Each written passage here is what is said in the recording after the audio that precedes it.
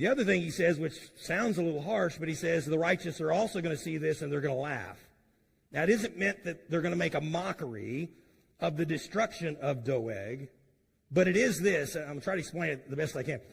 It's the idea of being satisfied in seeing God's righteousness prevailing on the wicked. And so let me try to give you an illustration that at least helps me understand it, and hopefully I'll convey it in a way that'll make sense to you. You remember when you were a kid, especially if you had siblings, and if you're a normal person, there's always a time that one of the siblings does something, and mom and dad can't figure out who it is, and nobody wants to rat each other out.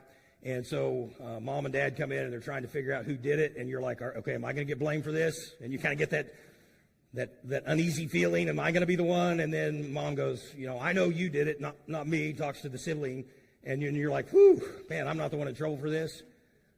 Now I'll just be honest, I was usually one in trouble. My sisters were always like, don't get us in trouble again, Scott. I don't know that I was ever not the one instigating these things, but I would sure tell mom and dad it was them. But the point is this, it's the idea of thinking, hey, I could be under this judgment, and then realizing I'm not. It's that idea of relief. It's that idea of satisfaction, knowing that you're walking in righteousness, and therefore you're not going to experience that kind of a judgment or punishment.